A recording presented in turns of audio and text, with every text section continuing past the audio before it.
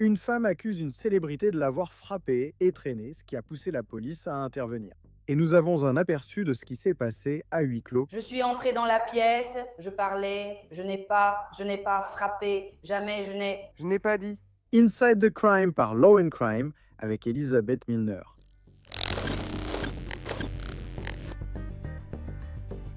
La police est intervenue après une dispute liée à une possible tromperie. Avec le déroulement de l'histoire, les agents ont vite compris qu'il y avait bien plus derrière ces événements. On se voit au tribunal. 26 novembre 2025 à South Fulton, Géorgie. Vers 4h30 du matin, les policiers interviennent au domicile d'Iman Shumber. Maintenant, avant de passer à l'intervention, écoutons l'appel au 911 qui a été passé quelques instants plus tôt. Je ne t'ai jamais touché. Allons-y. 9-1 du comté. Salut. Puis-je avoir votre adresse, madame? Bonjour, madame. Une seconde. Bonjour, madame. Ne faites pas ça. Laissez-le partir. Oui. Maison, appartement ou entreprise? Maison. Puis-je avoir votre nom, s'il vous plaît? Johanna.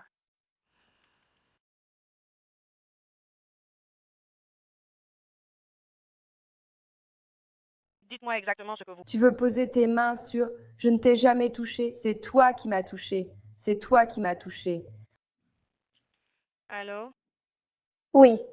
Dites-moi exactement ce qui se passe, madame.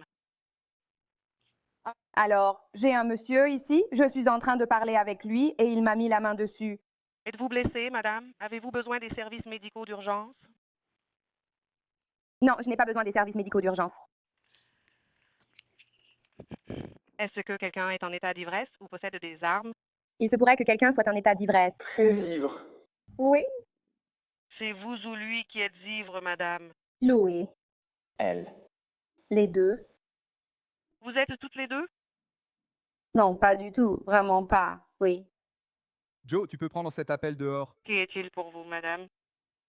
Tu peux prendre cet appel. Une amie. Tu veux toujours rester à la maison, mais... Non, tu m'as touché, tu sais. T'as du tort quand tu m'as traîné hors de la chambre. T'étais là et tu m'as traîné hors de la chambre. Si tu comprends, si elle voyait comment tu m'as traîné, alors elle comprendrait. Pardon. Madame, puis-je avoir une description? Pardon, madame? Puis-je avoir une description de lui? Est-il afro-américain, caucasien ou hispanique? Oui. Lequel, madame? Afro-américaine. De quelle couleur est sa chemise? Rien. Oui, c'est bizarre. De quelle couleur était le pantalon? Noir. Pouvez-vous me décrire, êtes-vous afro-américaine, cajun ou hispanique? Oui. Laquelle, madame? Noir. De quelle couleur est votre chemise? Noir. De quelle couleur sont vos pantalons? Noir. Ils arrivent bientôt, ça va? Merci. Beaucoup connaissent déjà Iman, ex-joueur vedette NBA, vainqueur de la saison 30 de danse avec les stars et ex-mari de Tiana Taylor. Ce jour-là, la police ne savait qu'une dispute domestique avait eu lieu chez lui.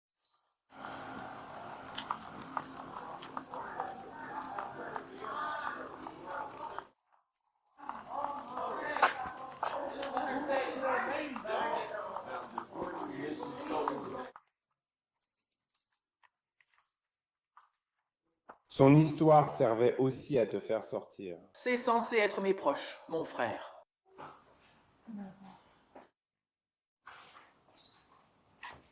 Elle dit qu'il avait, mais ils l'ont traînée hors de la pièce, essayant de la faire partir. Elle ne veut pas quitter la résidence. Oh. Ils disent qu'elle avait une voiture, mais qu'elle a refusé de monter dedans, ou bien? Je n'ai pas refusé de monter dans la voiture. Ou tu n'es pas monté dedans? Je n'ai pas refusé de monter. Tu n'as pas pris le manège? C'est moi qui ai appelé le manège. La femme sur le canapé noir se nomme Johanna Donjor et a appelé le 911. Sur Instagram, elle s'appelle Johanna Kemp. Elle compte des dizaines de milliers d'abonnés. Leur relation avec Iman était romantique, mais pas forcément officielle. C'était compliqué, ils sortaient peut-être ensemble. Le 26 novembre, Johanna est allée chez Iman et la situation a vite dégénéré. Une autre femme était présente, qu'Iman dit être une amie. Lorsque Johanna confronte l'ancien joueur de la NBA au sujet de cette femme, tout s'envenime. Ils se sont disputés vivement et Iman a dit « Tu dois partir ». Tu n'es pas monté dans une voiture que tu... Parce que tout cela est arrivé. D'accord. Tu veux me parler dehors? Non. Pour me dire tout ce qui s'est passé? Non, j'ai été honnête sur tout ce qui s'est passé du début à la fin. Je n'ai pas menti. D'accord, et même si c'est sa résidence, donc il veut que vous quittiez la résidence. Est-ce que vous avez quelqu'un qui peut venir vous chercher? J'ai déjà appelé la personne pour venir me chercher. La personne...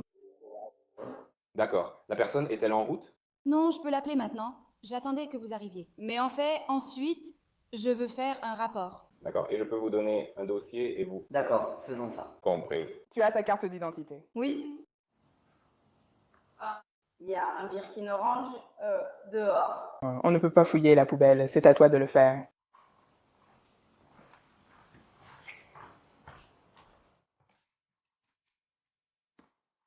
Je serais énervé aussi.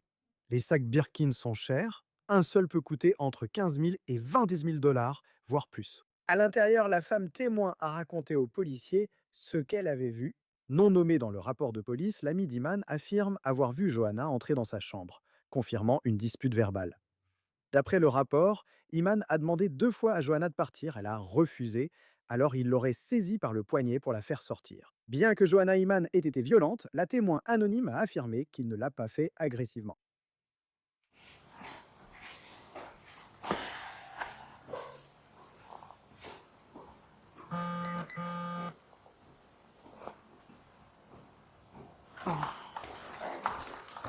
Tu n'as pas une pièce d'identité délivrée par l'État? Non.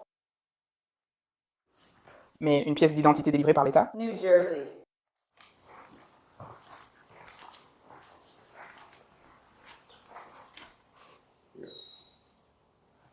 J'allais appeler ici. Vous voulez être sous?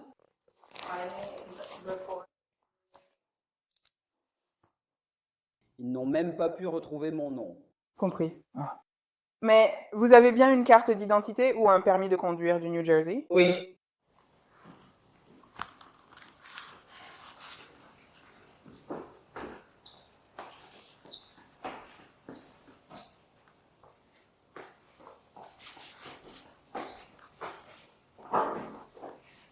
Donc j'essaye de comprendre. Donc le fait de poser nos mains sur quelqu'un ou quoi que ce soit, c'est illégal. L'histoire initiale que tu m'as racontée, c'est que tu frappais à la porte, que tu essayais d'entrer dans la chambre, et que tu as réussi à entrer dans la chambre. Non, c'est lui qui a ouvert la porte. Eh bien, il a ouvert la porte et il t'a fait sortir de la chambre.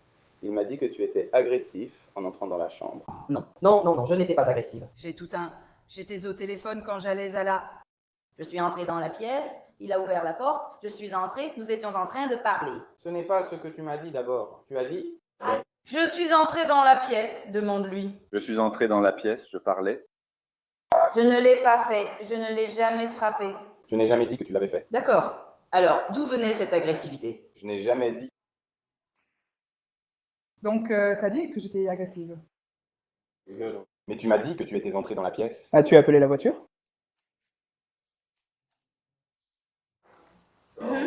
À quel moment y a-t-il eu de l'agressivité entre lui et moi? Je me base sur l'histoire que tu as racontée, donc... Voyons voir. Y a-t-il des témoins pour cette histoire? Non. Tu as dit que j'étais agressive. Tu es entré dans la pièce. Oui, tu étais dans la pièce avec l'autre fille. Non, je n'y étais pas. Non. Tu vois, tu choisis ce que tu veux pour comprendre l'histoire.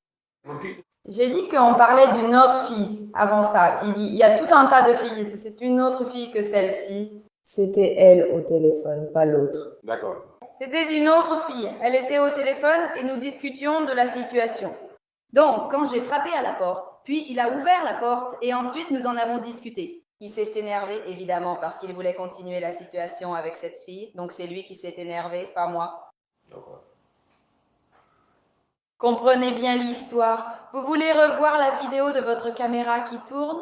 Oui, rembobinez-la, s'il vous plaît. D'accord. Fais attention à ce que tu fais. Tu es policière. C'est ton travail, après tout. Sois attentive. Donc n'invente pas de bêtises. N'invente pas de bêtises. D'accord? C'est enregistré comme je l'ai dit. Oui. Et ton trajet, il est long jusqu'où? Tu n'as pas pris de déposition, n'est-ce pas? C'est filmé, inutile d'écrire. On regardera en voiture. D'accord.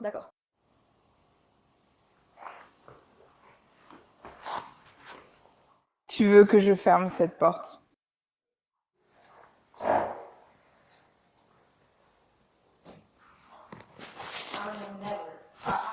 Je ne sais pas si tu as déjà été traîné par les mains et les pieds contre ta volonté. Je ne sais pas si tu as déjà vécu ça, mais ce n'est pas normal.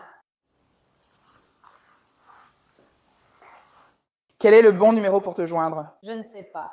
Est-ce légal? Quel est votre numéro, mademoiselle Johanna? Est-ce légal, je vous demande? Est-ce légal de... Être traîné par les bras et les jambes? Existe-t-il une loi interdisant à quelqu'un de vous traîner par les mains? J'essaie de comprendre votre question. D'accord. Quel est le bon numéro de téléphone pour vous contacter? Et quelle est l'heure d'arrivée estimée pour le véhicule qui vient vous chercher? Kingsley. D'accord. Est-ce que ça vous dérange de sortir pendant qu'on attend, s'il vous plaît? Non. Oui, ça me dérange. Je vais vous demander de sortir en attendant la voiture. Mademoiselle. Pouvez-vous sortir pendant qu'on attend la voiture? Il pleut. Il ne pleut pas? D'accord, mais je suis en pyjama. Il ne pleut pas, Lady, c'est un porche couverte ici. C'est maintenant la 2e fois que je te le demande. Donc tu vas me faire partir? Oui, pouvons-nous sortir sur le porche pendant qu'on attend la voiture? On peut donc apaiser la situation ainsi? Tu racontes ton histoire, bouleversée, la tension est forte. Alors, je vais te demander de bien vouloir sortir avec nous, merci. Ah, arrête, s'il te plaît. Non, laisse-moi rester dehors. Allons-y.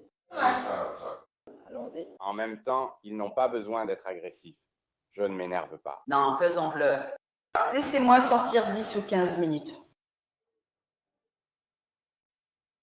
S'il vous plaît, ne la laissez pas partir.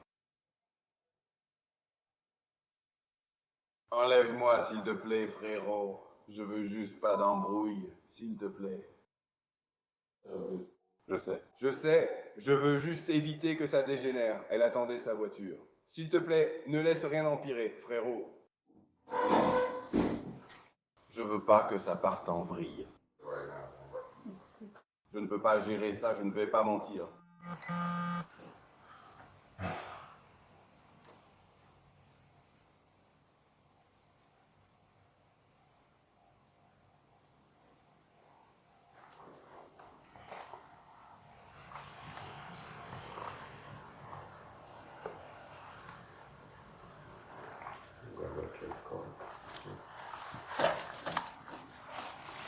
Johanna, les agents et Iman attendent tous. Les minutes s'éternisent. C'était la journée la plus longue. Oui, c'est vrai. Surtout depuis hier, en travaillant 12 heures.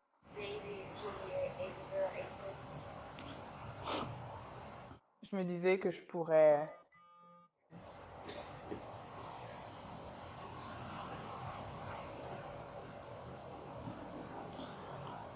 Mes allergies me font souffrir. Il me faut un Claritin.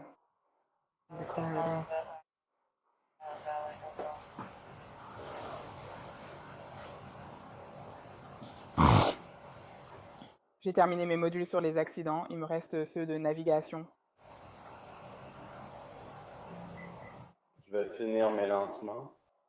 Je continue de les faire sur une scène, c'est comme ça que je les termine si vite.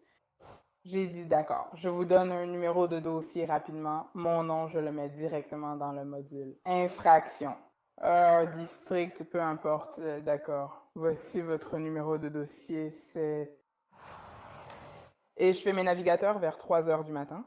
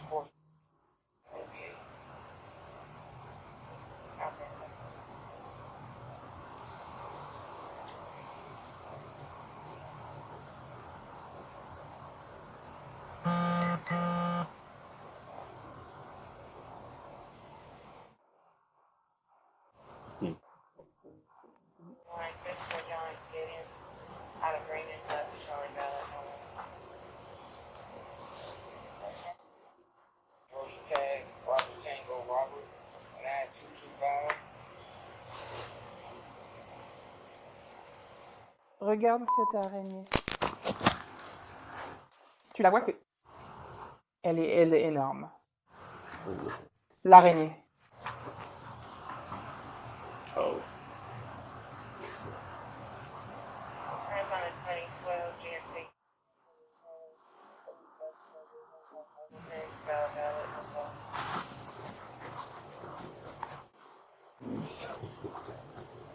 C'est comme si elle flottait là-haut. Oui.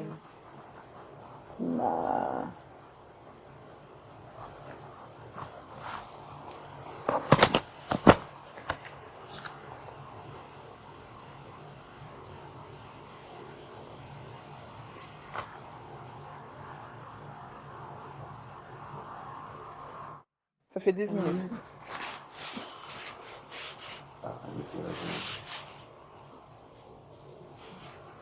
Iman lâche alors une bombe.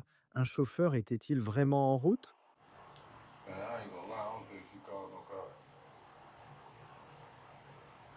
Non.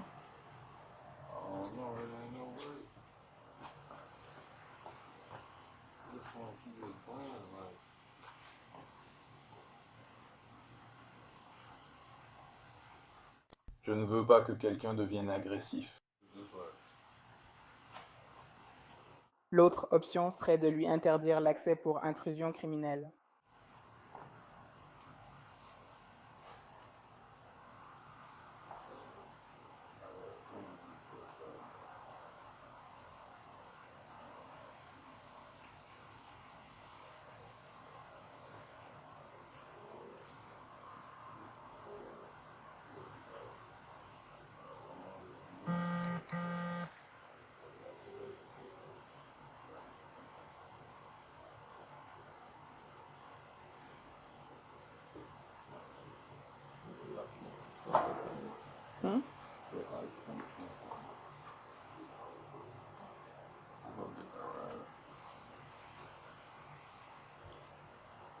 Il y a des phares qui arrivent, donc peut-être.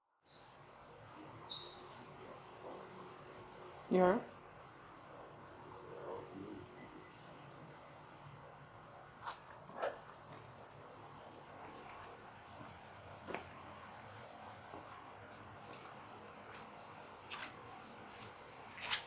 Au final, peut-être que la patience était une vertu. Mais c'est Johanna qui a eu le dernier mot. Mademoiselle, est-ce que c'est votre voiture?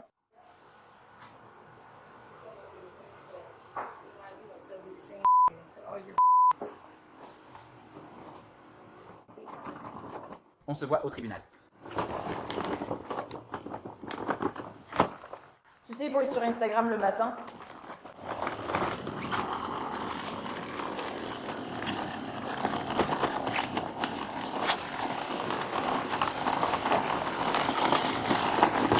Vous connaissez déjà l'histoire. Vous défendez donc cet homme.